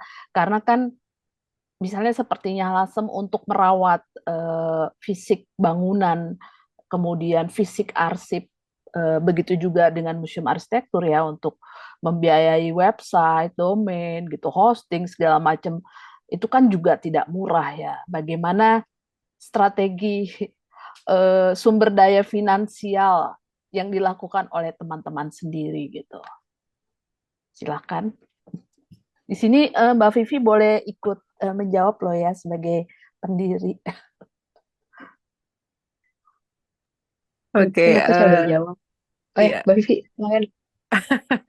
Oke, aku dulu nanti mungkin bisa diterusin sama Adel ya. Jadi Hmm, kalau dulu waktu awal-awal memang mau nggak mau kita chip in. Jadi kita punya satu satu cita-cita, satu goal untuk membangun satu koleksi arsip arsitektur yang bisa digunakan sebagai basis untuk memproduksi pengetahuan gitu. Dan karena sumber daya finansialnya terbatas, maka kami memilih format digital itu udah satu satu pilihan sebagai konsekuensi dari minimnya sumber daya. Dan di awal-awal memang betul kami chip in aja gitu ya udah punya berapa gitu terus kita chip in kita apa namanya menyelenggarakan itu eh, dari istilahnya apa ya dari kantong sendiri gitu awal-awalnya seperti itu tapi kemudian seperti yang tadi diceritakan oleh Adel kami mencoba mencari peluang dari proyek jadi misalnya kayak ada proyek untuk membuat buku tentang Gelora Bung Karno gitu dalam persiapan untuk Asian Games. Nah, itu kami gunakan untuk dua. Yang satu membangun koleksi, jadi kita juga dapat gambar-gambar, dapat apa dokumen-dokumen tentang Gelora Bung Karno. Tapi pada saat yang sama juga ada pendanaan gitu untuk meneruskan hidup dari eh, si website tersebut gitu. Dan itu kami lakukan terus-menerus sehingga dengan cara seperti itu proyek-proyek begitu kami memperoleh kami memperoleh koleksi arsipnya, tapi juga pada saat yang sama memperoleh pendanaan untuk websitenya. Nah, belakangan memang kita mencoba untuk lebih kreatif. Jadi kita mencoba untuk membuat membuat proposal-proposal yang kurang lebih nanti bisa seperti itu gitu. Ada koleksi yang terbangun, tapi pada saat yang sama juga ada dukungan finansial yang bisa kami dapatkan. Salah satunya yaitu dengan Dipel Inc. Dipel Inc. Arsitek itu adalah sebuah proyek yang awalnya tuh seperti sebuah usulan gitu ya, yang kemudian kami bisa mendapatkan pendanaan dan keluar dalam bentuk pameran dan buku juga koleksi arsip yang baru. Belakangan kami juga mencoba melakukan apa namanya pembangunan koleksi dengan cara seperti itu, tapi dengan bentuk yang berbeda.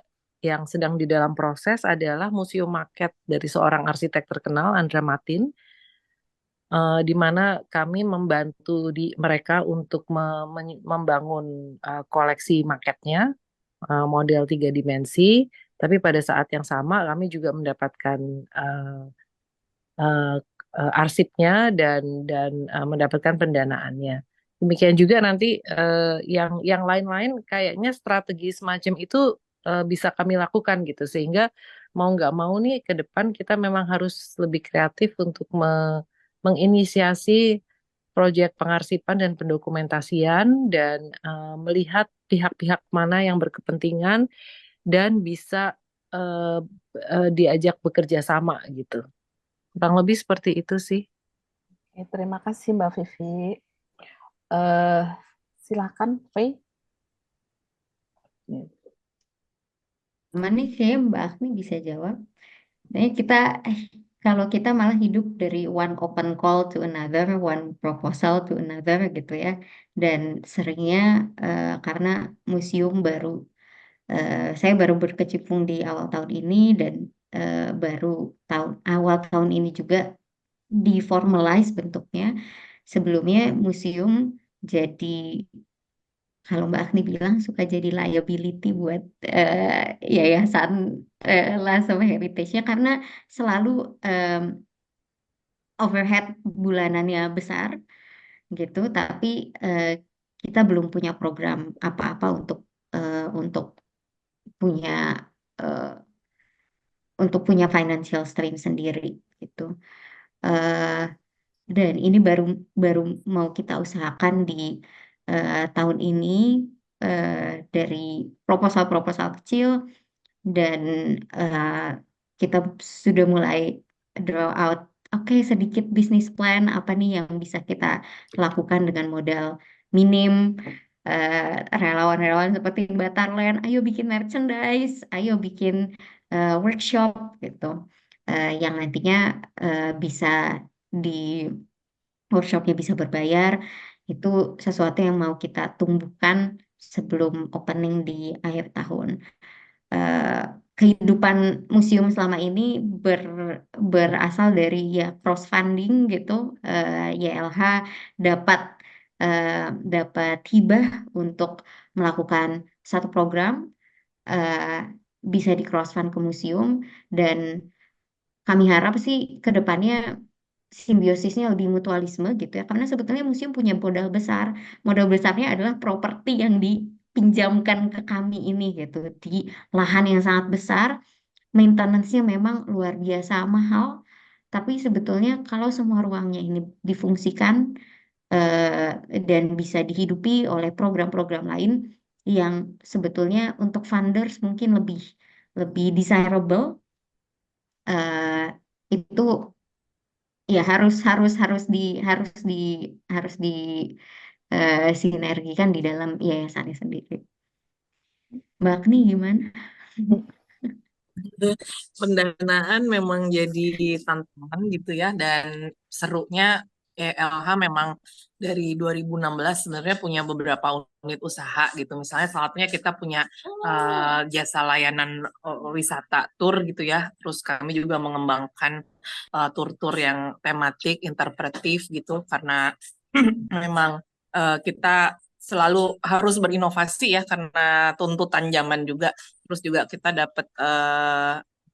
kita punya kesempatan dengan memanfaatkan bangunan pavilion, saya kita sewakan untuk jadi guest house gitu, dan kebetulan kami juga punya program untuk akademisi, apakah yang sedang skripsi, tesis, disertasi untuk stay di guest house kami gitu ya, for free gitu, kalau hitungannya jangka waktunya 2 mingguan gitu. Tapi kalau misalnya mau donasi silakan. Nah, untuk teman-teman kami yang biasa deket gitu ya, mau ke Lasem dan lain-lain, bisa memanfaatkan tinggal di guest house. Nah, ini sebenarnya bisa jadi salah satu pendapatan juga sih yang selama ini bisa membantu mengisi mengisi kebutuhan keuangan untuk hidupnya museum. Mungkin tambahannya itu aja.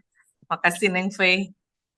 Terima kasih. Memang ini ya membangun museum komunitas itu tentu saja bukan hal yang mudah ya, karena benar-benar berangkat dari semangat dan idealisme bersama biasanya gitu. Dari mulai ngurusin sumber daya manusia, dinamikanya gitu, belum lagi mikirin keberlanjutannya gitu, dan eh, memikirkan keberlanjutan ini sebenarnya yang menjadi tantangan terbesar, karena itu juga berhubungan dengan sejauh mana komunitas bisa punya endurance gitu, bisa punya ketahanan untuk bertahan dan berjalan terus gitu. Kemudian berkembang bersama-sama gitu ya. Kalau misalnya baru datang langsung berharap berkembang, ya agak susah ya pastinya gitu. Apalagi kalau komunitasnya baru aja terbentuk gitu, pasti harapannya bisa memperjuangkan sama-sama untuk bisa terus berjalan gitu. Saya rasa itu juga bahasan tadi menjawab pertanyaan dari Ratri Ade, kemudian pertanyaan dari Mas Dedi Otara juga sepertinya sudah terjawab tentang bagaimana cara merawat dan perlakuan arsip. Nanti silakan ikuti program klinik dari kolektif belajar konservasi.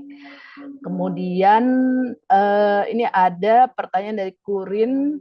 Saya menemukan ada pewaris atau keluarga dari pelukis yang mungkin karena tidak berkecimpung di dunia seni, khususnya pelukis, jadinya beberapa warisan lukisannya kurang terawat sebagaimana layaknya. Apakah program ini bisa membantu mereka?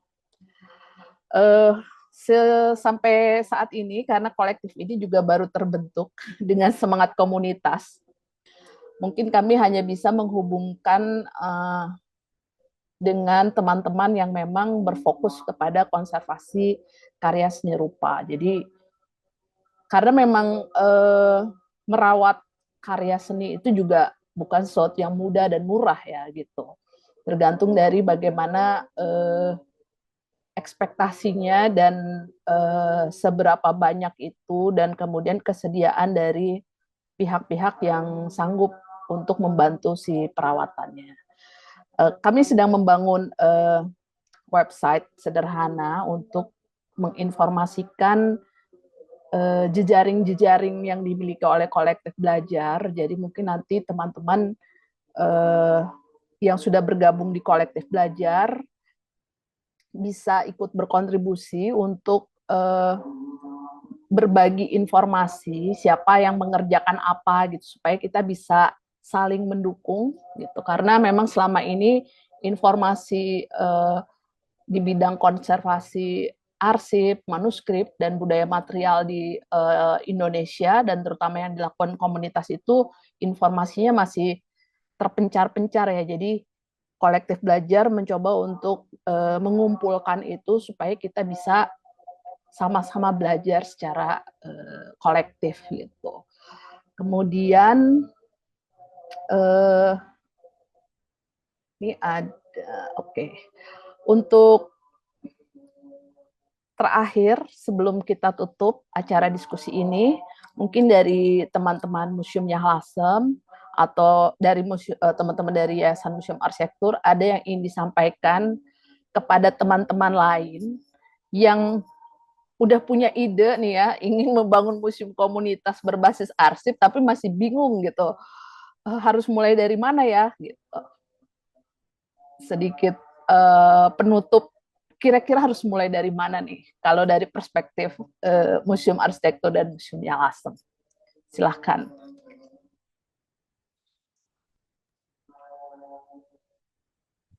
Mungkin ini yang bisa jawab Mbak Vivi kali ya, sebagai yang memulai. Ada Mas Cung juga ya, mungkin nanti bisa saling menimpali, silahkan. Cung aja deh, Cung. Memberikan semangat kepada teman lain nih yang udah kepikiran bikin terus bingung. Gue masuk telat langsung ditodong. Gak apa-apa. Semoga belum dibahas ya karena telat masuk, sorry. Tapi prinsipnya sih kayaknya ya kita ya apapun ini dari judul sebenarnya ada yang menarik untuk kita otak-atik ya, membangun komunitas, membangun museum arsip komunitas melalui museum. Lalu bisa juga sebenarnya sebaliknya ya, membangun museum komunitas dengan basis arsip. Atau sebenarnya kita sebenarnya simply dengan keterbatasan yang ada di Indonesia itu sebenarnya istilahnya apa ya, dengan peran pemerintah, inisiatif pemerintah yang cukup minim, sementara inisiatif dari masyarakat itu sebenarnya sangat berlimpah di Indonesia. Jadi sebenarnya yang kita bangun selama ini dan juga kayaknya untuk peluang ke masa depannya justru adalah jejaring komunitas ini. Ada atau tidak ada pun benda yang kita urus, properti yang kita kelola, tapi yang selalu ada itu biasanya tuh semangat komunitasnya gitu, yang selalu dijaga. Yang kadang-kadang memang memudar gitu karena udah sekian lama kita kecapean sendiri kan, cari dana, cari dukungan gitu, lalu mulai pudar. Dan selama ini yang kita lakukan begitu, kalau misalnya kita nggak berjejaring, semangat itu sebenarnya udah padam sejak lama gitu. Tapi karena ada ya komunitas, ada ya hubungan, ada ya koneksi, kadang-kadang kita terlibat karena ada komunitas lain lagi on gitu ya, sementara kita lagi off, itu justru menambah semangat sih. Jadi sebenarnya pesan-pesan sok bijaknya itu adalah bagaimana kita tetap bisa saling menyemangati dan tetap berkesinambungan meskipun kita lagi nggak punya resource, misalnya kita nggak punya duit, nggak punya orang gitu ya, nggak punya waktu. Tapi mungkin teman kita yang melakukan hal yang lain yang punya banyak keserempetan dengan kita gitu ya, eh, itu biasanya ada aja gitu. Kalau memang semesta mendukung ya, akan selalu berlanjutan gitu. Saya rasa begitu aja, bukan pepatah bijak, tapi itu yang selama ini kami rasakan juga sih sebenarnya. Makasih Mbak Tarlen. Terima kasih Mas Jung. Nah, ini kalau tadi di kolom chat ada yang bertanya apa yang menjadi DNA dari keberlanjutan museum komunitas dan atau pengarsipan komunitas, sudah terjawab ya, merawat jejaring ya. Itu adalah modalitas yang paling penting dan mahal sekali sebenarnya, kalau tidak bisa dinilai dengan uang gitu. Tapi kita bisa sama-sama merawat dan saling membangun hubungan-hubungan itu. Faye, gimana? Agni? Sama nih Mbak Agni, kalau karena saya masuk nyemplung tuh udah enak banget posisinya. Jadi memang yang saya rasa ini museum ini nggak akan jalan tanpa komunitas gitu. Dan akhirnya eh, entah komunitas yang membentuk museum atau museumnya yang membentuk komunitas, tapi mm, dia satu paket. Dan em, rasanya kalau teman-teman ingin memulai mengarsip, saya karena kondisi yang saya masuki adalah komunitasnya sudah solid dengan jejaring yang sangat luas, rasanya nggak mungkin kalau nggak membangun itu dulu. Tapi nggak tahu Mbak Agni gimana. Dan harus ya punya goal yang sama tentunya gitu. Mengarsip buat apa? bikin bikin museum untuk apa? Kalau di Nyalasem museumnya hanya jadi tool gitu, tapi buat apanya itu semuanya semuanya sudah punya satu suara. Mbak, Ya, setuju banget dan terima kasih juga sih sebenarnya modal sosial itu yang tadi disebut sama Kocung jejaring ya gitu. Itu mah yang membantu kita banget gitu ya saat desperate, saat butuh, saat jatuh, saat wah macam-macam eh, ini ya jalan sunyi itu kan rasanya kayak suka menderita sendiri padahal nggak sendiri. Jadi Banyak yang menderita. ternyata tuh banyak kan. Kalaupun baru bisa naruh arsip kita, menyimpan arsip kita di kantong plastik, ya lakukan dengan rajin ngecek gitu kan misalnya. Terus nanti mulai bertahap ke peralatan yang lebih misalnya dengan kertas baking paper atau nanti dapat kertas anti asam gitu ya.